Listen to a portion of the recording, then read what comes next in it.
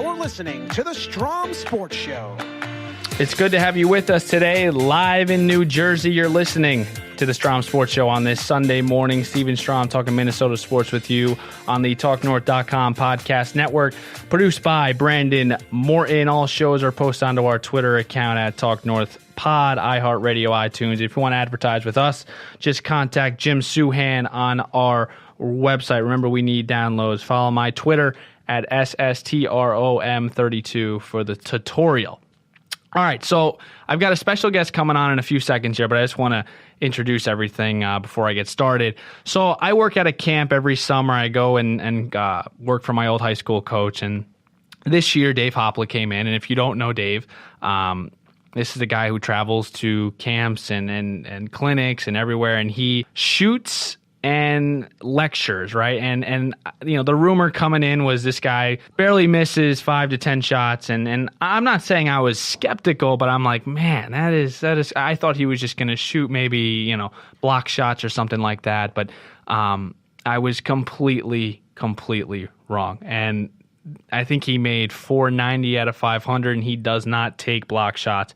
He takes free throws, he takes three-point shots, and he's speaking while he does this. So as soon as he was done, I mean, I went right up to him, and I'm like, oh my gosh, sir, that was amazing. Can you please come onto my show? Because this is something that should be shared. I mean, people should see this. This guy might be the greatest shooter in the world right now. And it's a pleasure to bring Dave Hopla on, who is actually the shooting coach, the ex-shooting coach of the Toronto Raptors, New York Knicks, Washington Wizards, and Detroit Pistons. He's worked with a lot of WNBA, NBA, college guys. So it's a pleasure to have him on. Dave, how are you? Thank you for giving me the time. It's my pleasure. I'm doing great. Thank you very much. So I wanted introduce yourself first. Tell the audience what you do in terms of traveling to different states and countries, and it's an awesome story. So we'll sit back. You tell us everything we need to know. Okay. I've been doing speaking at basketball camps for over 30 years now, and started out locally in Baltimore, and then I sent out brochures and everything, and I started out doing camps.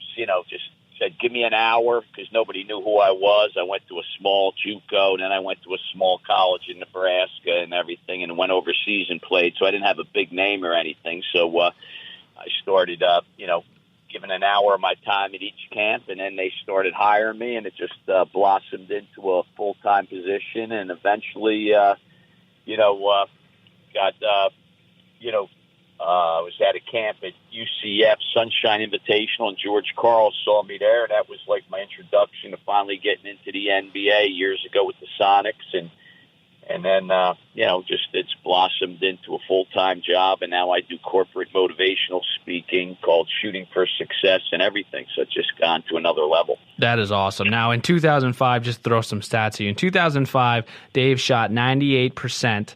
By making an unbelievable 35,332 out of 35,979 shots. That's unbelievable. But let's first go to this. Who taught you how to shoot? And who do you give credit to giving you this drive and passion to play ball? Well, the drive and passion I think I had because I just moved to Baltimore, and I started, basketball was something I could do on my own. There's nobody around. I was at the Y all day. But I didn't learn to shoot the ball correctly until I was 16, and I went to camp up in the Pocono Mountains, and I saw three guys, Hank Slider, rest his soul, Herb McGee, and George Lehman, and I was blown away by, the accuracy that they shot the ball. And then I said, you know what, I can do that. And I had to study them, and visualize what they did because, we didn't have DVDs or the internet back then. I had to remember every little thing that they did and pay quite attention to it.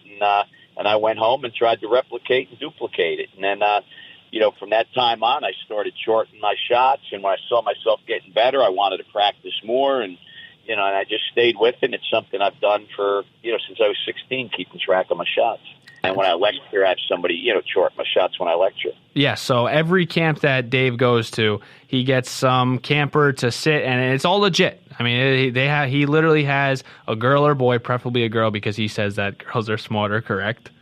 That is correct. I just finished up a camp out here in L.A., at the Los Angeles YMCA, and I was 280 for 281. I missed my 19th three-pointer in a row when I was playing Beat the Pro. So I oh my gosh, had rattled in and out. So, but I didn't get the perfect game. So, but I had 3 of them in a row this year. So I was happy about that. So unbelievable. Now, tell me a guy that you looked up to basketball-wise when just growing up and playing. Well, when I was growing up, I used to hang out at Norwood basketball courts in Harborview in Baltimore, and there was a guy there that took an interest in me. His name was Dana Cunningham. Now, he gave me Pistol Pete Maravich's basketball homework, and they were on a mimeograph page, a couple pages on mimeograph. And he gave me those drills, and I couldn't wait to show him that, I had mastered one or the other. And he was a Division III player at Frostburg State, but he took an interest in me, and I looked up to him. And to me, he was like my Michael Jordan. And just recently, I connected with him through social media, and we went out and worked out when I was down in Fort Lauderdale this winter after years of disconnect. So the internet there, the social media actually was good for something, for a change, Now, you worked in the NBA. What do people not see behind the scenes NBA wise, if you had to tell us? There's a lot of things they don't see. It's better left unsaid than said, but what the people don't realize is how tough the travel is, though. I mean, even though, we have our own plane and all that stuff, I mean, it is difficult, going into one place and then going, getting up and leaving and all that stuff. But, who's to complain when you have your own airplane and everything? It's crazy. And then just, there's a lot of characters out there, both on and off the court and stuff. And, some of the things that they do, you just shake your head one way or the other. And there's a lot of, unfortunately, there's a lot of negative media seems to sell, but a lot of these guys do a lot of good. It's not out there. They have foundations. They go to hospitals on their own time. They donate things to schools and everything. And that doesn't get, reported as much as, if something bad happens, So for the most part, the guys are pretty good, decent guys, I think the biggest thing that people don't see, the whole outside of it is, the NBA guys have the life and stuff like that. They go on these planes and everything. I mean, what were some of times you'd get into, cities late at night? Well, I'll use this one as an example. When I was with the Raptors, we were playing the Lakers on national TV on a Friday night at home in Toronto. The game went to overtime. Now, we have to go from Toronto. The airport's not very close from downtown Toronto. And it was snowing, so it took us a while to get there. And then we were flying into Indianapolis, and we had a back-to-back. We were playing them on Saturday night at 7. We didn't get into the hotel till about 4:30, and then we had to play and stuff. But we played the game. I mean, this whole thing with the WNBA, I don't want to get into it. I mean, I understand they fly commercial and everything. But you know what? When you're a professional, you got a job to do. I mean, I was tired today. I mean, like I said, I got to my hotel at 4:00 in the morning this morning here, and because it was delayed, and I had to get my rent a car and all that. So I got zero sleep because I'm on East Coast time. So 4:00, 7:00. I had to camp at 9:00. Sure, I'm tired, but you know what? I did it, and I have another camp that I have to go to today. And that just. You're going to be tired. I mean, you don't blow off something that you committed to. Now, the 3-point shot, right? What do you think? I mean, you know what I'm saying? You got Steph Curry out here who's draining shots from 5 feet beyond the 3-point line. You got little kids coming into the gym. First thing they do is chucking threes. Give me your overall opinion on if the 3-point shot has helped or hurt basketball. I believe it's hurt the game, and if I had a big eraser, I'd erase the line. There's no more sky hook. There's no more dream shake. There's no more Kevin McHale up and under. The low post doesn't exist. Thank God there's not a 4-point line, Everybody runs out there. Like you said, the youngest kid goes out, wants to shoot the farthest shot, and they don't even have correct form to shoot from 2-point land. And then, Houston misses 27 in a row. It's ridiculous. How ugly is that?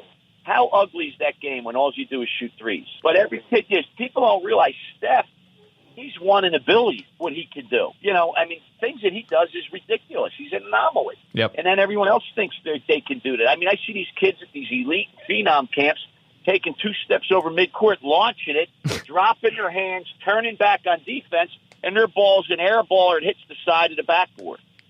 It's like, you know, come on now. You're not Steph Curry. There's one of him. You've worked with a lot of NBA teams.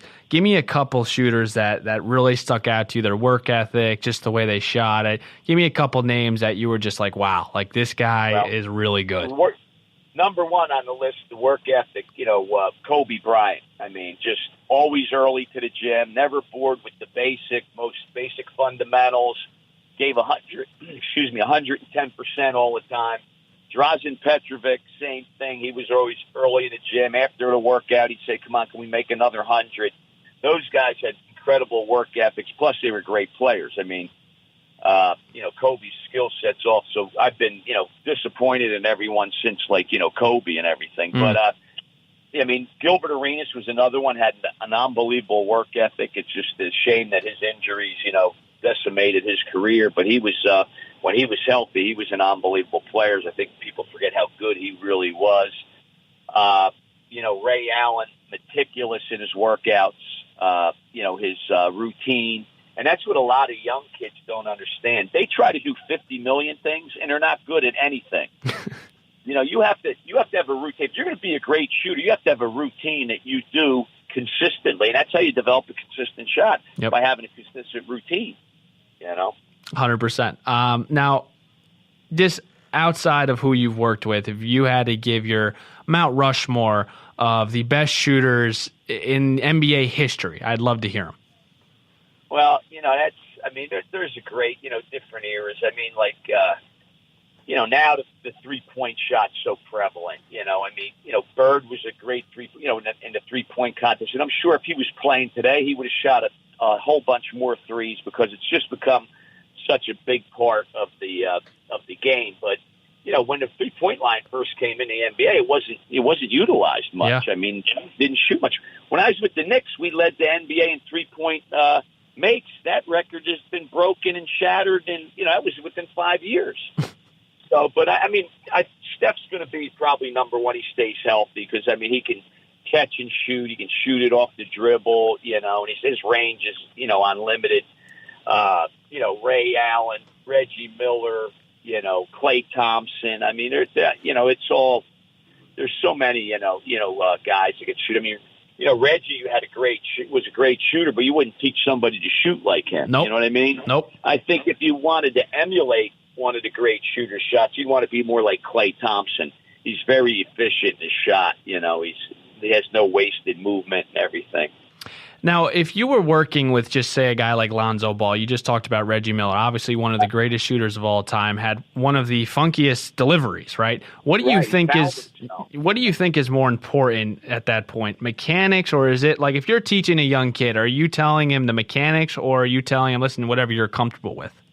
Well, I would with Lonzo Ball, I would do major constructive surgery, reconstructive surgery. I would take him. I would tell him to take his left hand and cover his left eye, and then I'd have him do one-hand form shooting, where now his elbow is underneath the basketball, directly above his lead foot, and now he can actually see the basket with his right eye, because he shoots from the left side. I have still pictures of him and video. He brings that ball across his left, so his right arm, his lower arm is actually blocking his vision with his left and right eye. So his head actually tilts to the right so he can see his target with both eyes. So I would, like, you know, cover up one eye and have him make sure that elbow's tucked in. And I would just have him making sure that elbow's, you know, underneath the ball, shooting it. And then I would add his balance hand, and then we would close his right eye to make sure his balance hand's in position. And I would just do form shooting the entire summer with him. I mean, I wouldn't even let him play a game, but nobody's willing to do that. These players, they don't, that doesn't feel right, that blah, blah, blah. So they'll continue, you know, being a mediocre shooter at best. I'm going to ask you one more question here. We're here with Dave Hopla. You're on the plane last night. You're getting in at 4:30 in the morning. You're sitting back. Is this the life that you dreamed of? Are you living the cliche dream?